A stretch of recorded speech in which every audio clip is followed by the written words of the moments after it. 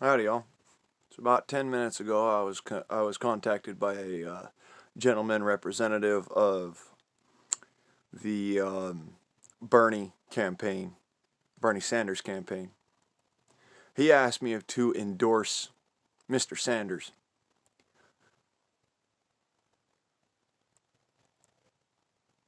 Knowing full well that by contacting me and requesting me to endorse Mr. Sanders, my response would be no. Flat out. Because Mr. Sanders has, 1, shown support for Big Pharma, who I am declaratively against. Because in the instance that medications become more about profit and less about the limiting of side effects, I cannot endorse. Secondly, and more importantly, Mr. Sanders has endorsed socialism, which is antithetical to the American Constitution, the right of liberty, life, and the pursuit of happiness, and the right to peace. As socialism has been shown in the past and has been shown in recent decades to cause harm to any particular country where it is implemented. People suffer, and they suffer horrible atrocities. It has been said, and I do not know where this quote does come from, but I do know that this is a quote.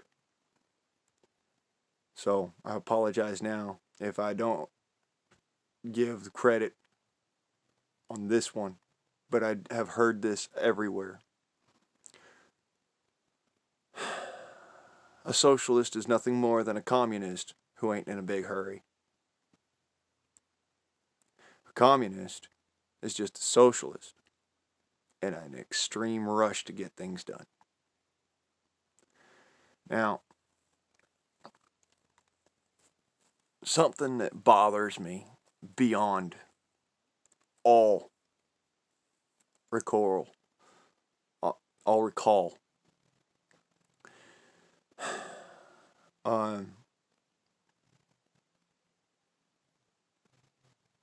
is why a politician in any respect would contact a Minuteman, you or I, and request that their politician, who is declaratively against what we stand for, be endorsed. Now, this goes for every politician out there. I'm not just talking about Mr. Sanders. I will not be voting this year. As a declarative, I do not consent.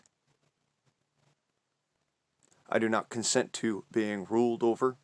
I do not consent to being taxed. I do not consent to your invasion of my privacy. I do not consent to your authoritarian rule, because it is illegitimate. It is antithetical to the words of the Constitution, to the exact legislature which is within that Constitution. It is also antithetical to a free and open and honest society. I cannot endorse. I can't even endorse Mr. Trump over one comment. And until he shows that that comment was nothing more than tact, which he has repeatedly shown the opposing of, I cannot endorse Mr. Trump. I cannot endorse any man who would seek to rule, to govern,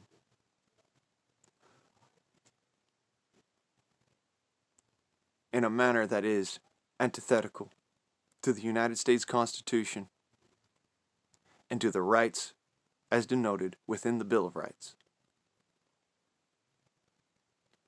These rights which were enumerated for our liberty, for our peace in our day, and our pursuit of happiness are under direct threat from the politicians in the White House, in the Capitol, and politicians everywhere. I do not endorse, and I do not consent. Do not contact me. You will win no favor. If you wish to win favor with me, there is only one avenue. Acquiesce to the demands of the people. And those demands are: 1. The right to overt opinion, the independent press, freedom of assembly, and freedom of speech is non-negotiable, and it shall not have negotiations nor treaties brought against. A militia being necessary to the free state, being necessary to the security of a free state. The right of the people to keep and bear arms shall not be infringed. Any legislation which does so enumerate, extrapolate, or explanate the abilities or the inabilities of a person in the use of any arms. Arms denoted as military or civilian weaponry is an infringement upon that right, and therefore is an action against the American people. 3. It is the right of the people that they may practice whatever religion they so see fit. And those religions may not be misconstrued as a political gain or political ideal. Should they have a political stance, it is not religion. And should they be religious about their politics, it is an act of outright infringement upon that right. The people have the right to believe what they wish. That doesn't mean that you have the right to subject others to it. You have the right to believe whatever you want, but you cannot tell me that I have to believe what you believe. Plain and simple. Science, physics, politics, religion, they are your own individual belief. And how your belief is how it is for you, independent of what others may think. 4th, and most important, all men being created equal and having the equal opportunities have the right, not the privilege, the right to defend themselves by whatever means may become necessary to that defense. As such, they have the responsibility to the common defense, meaning that you must defend others. If you are willing to defend yourself, then you must also be willing to defend others.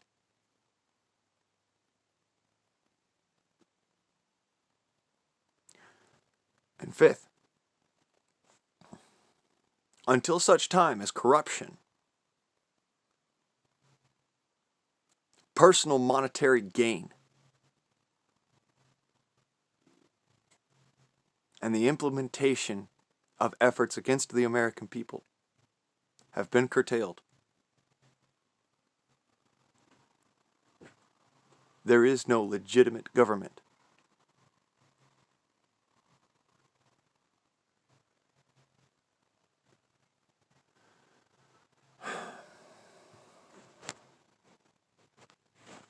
Sorry about that. Fifth, until the corruption of politicians, their sought goal of monetary gain at the behest of the American people is curtailed. It is an illegitimate government and shall be treated as such. The right of the people to oppose any tyrannical government is entailed within the confines of the Constitution of the United States, the Declaration of Independence, and the Federalist Papers. All three denote quite clearly that the efforts of any government against its people in the interest of causing harm, of causing suffering, or of causing an instance of malliberty is in effect tyrannical government. It is the prerogative of the American people and the responsibility of the natural-born citizen to oppose such government.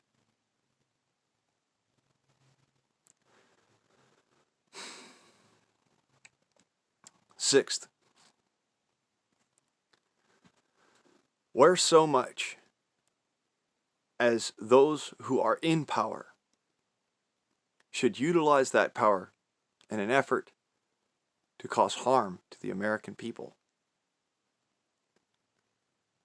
it is the right, it is the duty of the American people to throw off such government and make for brighter future securities.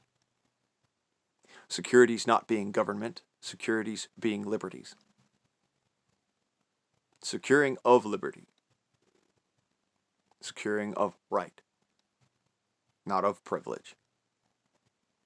The privilege is that when you have that might be taken away through an effort of legislation and legal proceedings,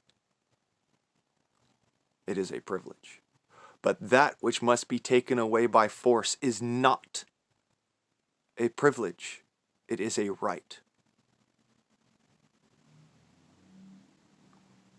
If you seek to utilize the threat of force and violence to appropriate any effects which do not belong to you, it is theft.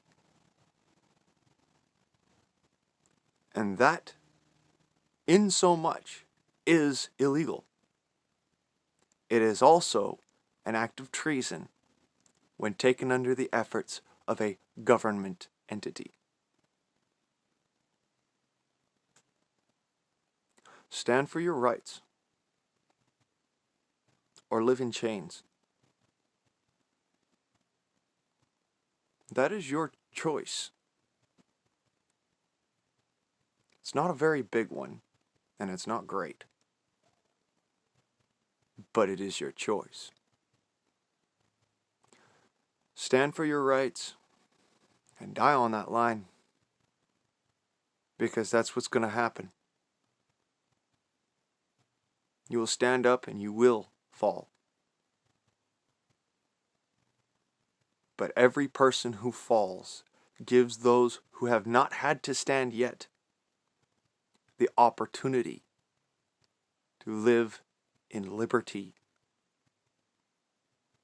to pursue their happiness without fear of the force of tyrannical government utilizing violence. Because that is what it is. Every time that a police officer tells you that you may not do something, that is under the threat of violence at the barrel of a gun. And that government gun is not their right. That is their privilege. A privilege bestowed by the people. And it is a privilege that was legislated away 250 years ago. More now, I believe. I might be wrong. The right of the people to keep and bear arms shall not be infringed. That piece of legislature does not say when it is according to your feelings. It does not say when a politician says you can. It does not say when a judge says that you can. It does not say when a police officer says that you can. It says the right of the people to keep and bear arms shall not be infringed. The people are the individual citizens of the United States of America. Don't tell me that just because a man is a felon, he may not have a firearm. He is also an American citizen. Otherwise, he would not be a felon, he would be deported. The right of the people to keep and bear arms shall not be infringed. If you expect that by voting for these people, any of these politicians, that your rights will not be infringed, that legislation will not be brought against you, you are a fool, and I pity your parents. I do not pity you. I hope to God that you see light. I pity your parents because they were stupid enough to raise a fool, rather than finding somebody who could teach them the right way.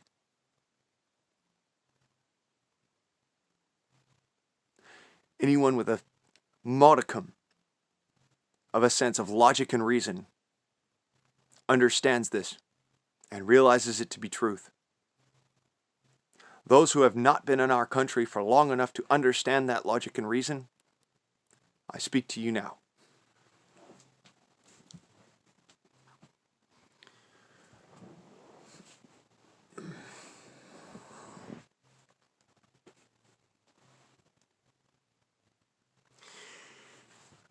Just a second.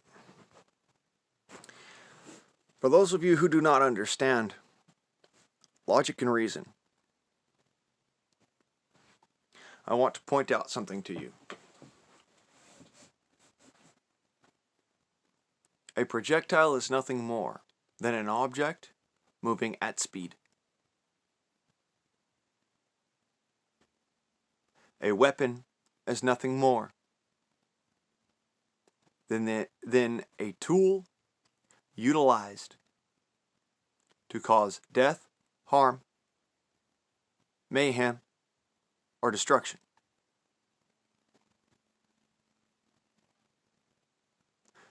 Before you say, but it's not a weapon because I shoot targets with it, you're still destroying a target. Destruction. Furthermore, any felon may own an air gun. Any felon. Once you are no longer on probation, no longer on parole, as a felon, you may own an air gun. This air gun is a single-shot air gun. It has the ability of lethal force. This projectile that flies from the barrel of this gun has upwards of 12 foot-pounds of energy, making it capable of lethal force.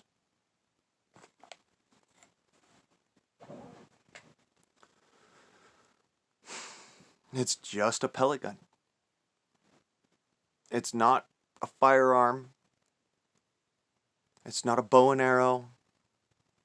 It's not a spear. It's not a sword. It's just a pellet gun. That pellet gun has taken more squirrels and rabbits than I care to go about telling you about. That pellet gun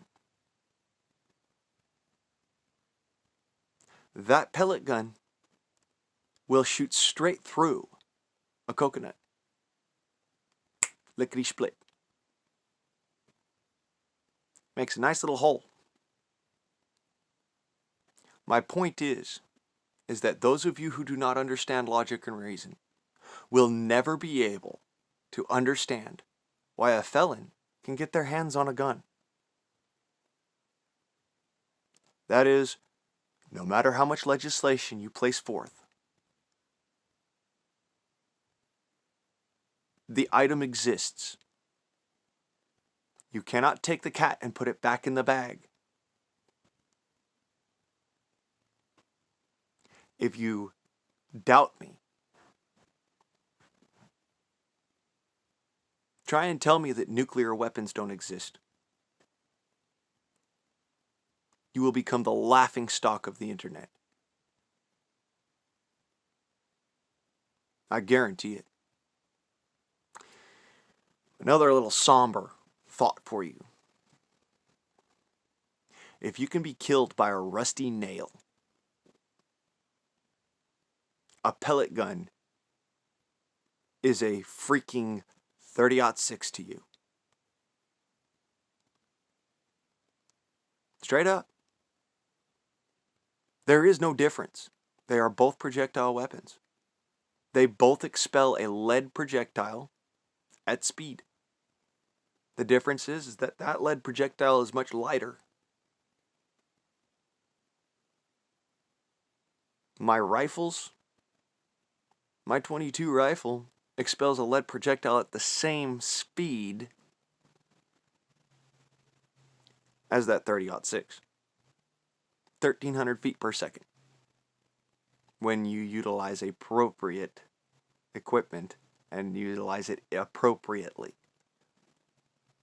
That doesn't mean you go and you shoot that air gun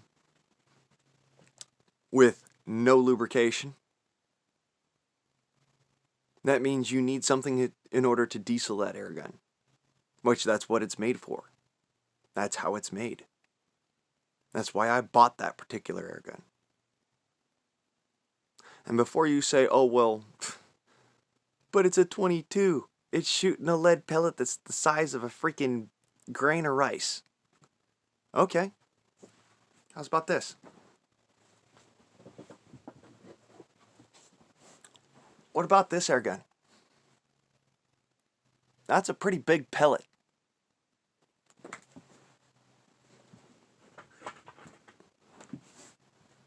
Those have killed more human beings than any AR-15.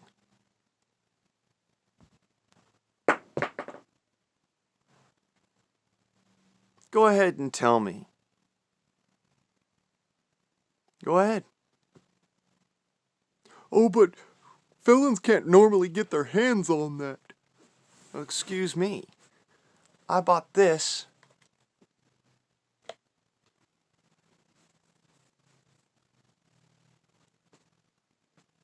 from working on an Uber. Working at Uber, that's what bought that air gun. That's why that's my air gun. I bought that through my own work and effort. I was returned that air gun at the completion of my probation, which was for a felony charge of possession of a firearm. You see where I'm going with this? The right to keep and bear arms shall not be infringed.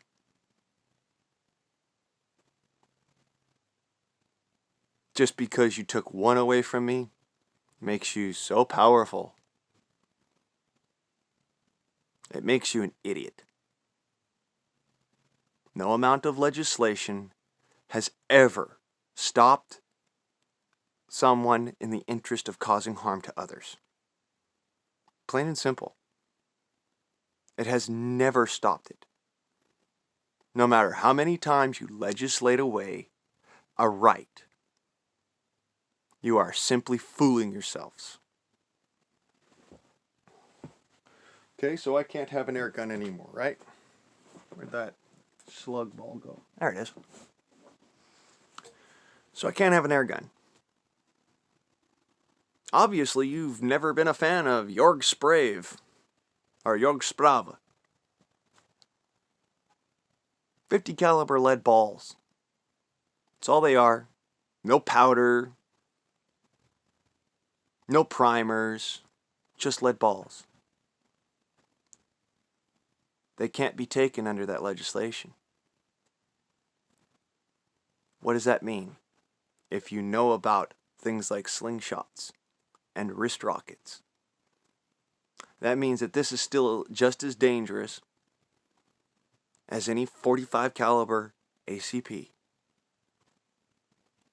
That lead ball.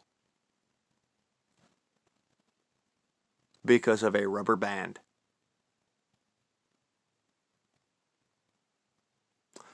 Again, you were saying about that inability for felons to get their hands on deadly weapons legally. Mind you, not illegally, but legally. And that's not even taking into account the fact that if you've got a half a brain and you know where to go, you can get your hands on a firearm with the greatest of ease. I was a felon. Matter of fact, I know where I can go, drop about a grand, get myself an AK-47 right now. Not 20 minutes from here. Right now.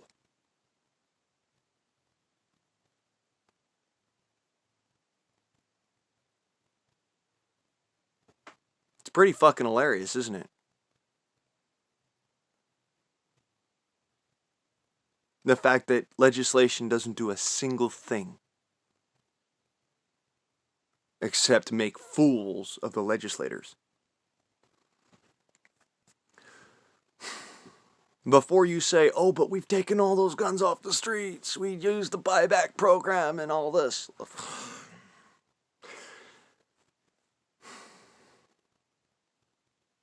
I'm the son of a machinist. I was apprenticed to my dad for several years. I know how to gun drill. I know how to machine parts by hand. I could make my own guns. Not everybody is as educated as I am, but there you go.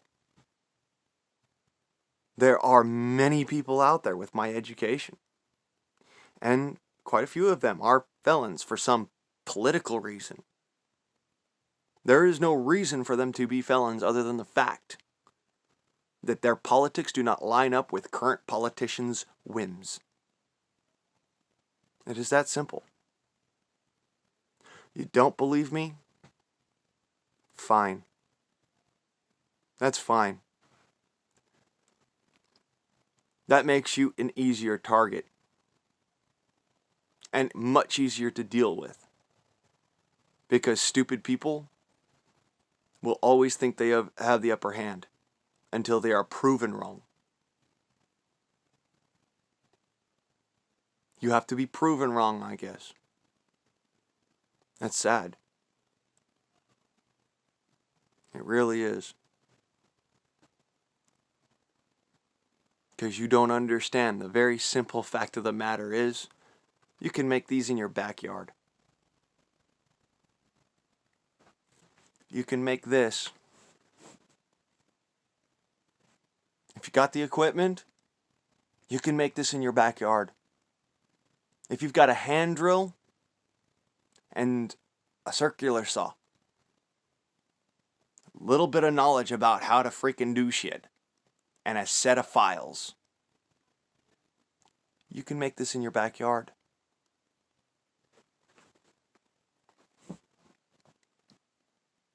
So what's the point? I have to ask you people who think you're so powerful in Congress, so powerful in legislature, what makes you think you have that power?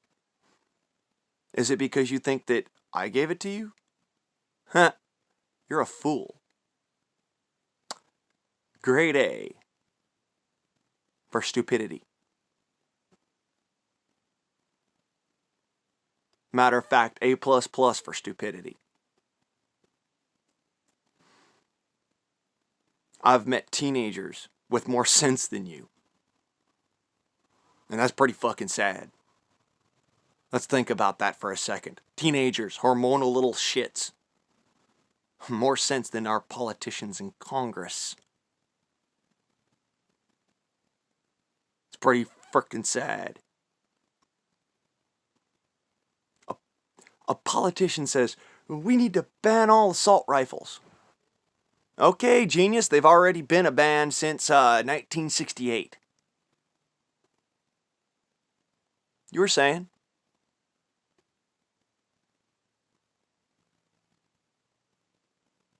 Right. Oh, you mean the scary looking AR-15 and the black rifles.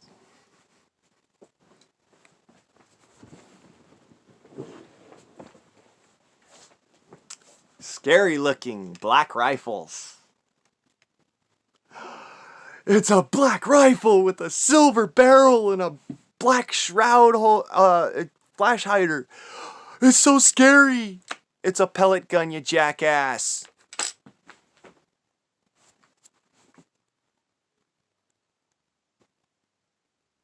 So what's your point? You don't have one. You are a failure. Plain and simple. You legislate and you legislate and you legislate, and yet, for all of your efforts, you're simply sitting there with a pen, stabbing paper. You look like a monkey.